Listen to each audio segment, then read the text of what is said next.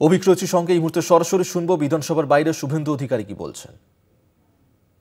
মেদিনীপুর, ঝাড়গ্রাম, আলিপুরদুয়ার, জলপাইগুড়ি, দার্জিলিং সহ বীরভূম, পূর্ব পশ্চিম বর্ধমান সহ এই বড় অংশের বিধায়ক যারা ৩ তারিখে করম পূজায় অংশগ্রহণ করবেন এবং ৪ তারিখে করম পূজার সমাপ্তিতেও যে অনুষ্ঠান আছে তাতে তারা ব্যবস্থাপনায়ও থাকবেন, নিজেরাও অংশগ্রহণ করবেন, তাদেরকে বঞ্চিত করে আপনি বিধানসভার অধিবেশন ডেকেছেন, গান বাজনা বিকালে করছেন, করুন।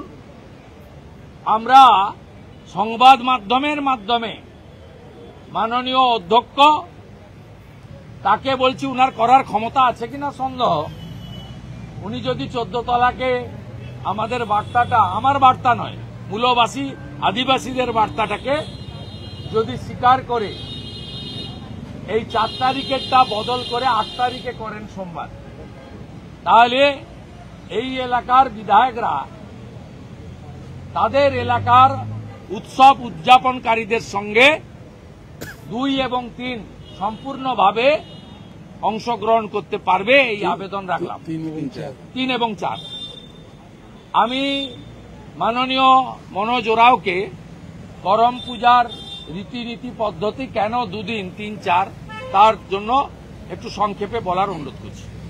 ধন্যবাদ শুভেন্দু দাকে। প্রথমে বলতে চাইছি, করম পূজা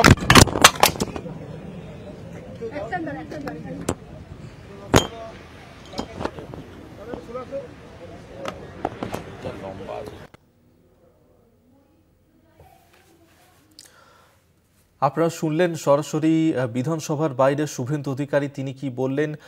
4 সেপ্টেম্বর কেন অধিবেশন রাখা হয়েছে সেই নিয়ে প্রশ্ন তুলেছেন শুভেন্দু অধিকারী।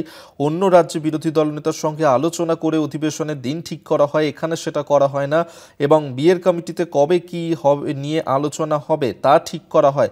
এখানে আগে থেকেই সব ঠিক থাকে। 4 তারিখ মুখ্যমন্ত্রী তিনি পুজোর দ্বিতীয় দিনে অধ্যক্ষ বিধানসভার অধিবেশন ডেকে রয়েছেন, কিন্তু কেন ডাকা হয়েছে করম পুজোর দিন সেই নিয়েই কিন্তু প্রশ্ন তুলেছেন বিরোধী দলনেতা শুভেন্দু অধিকারী।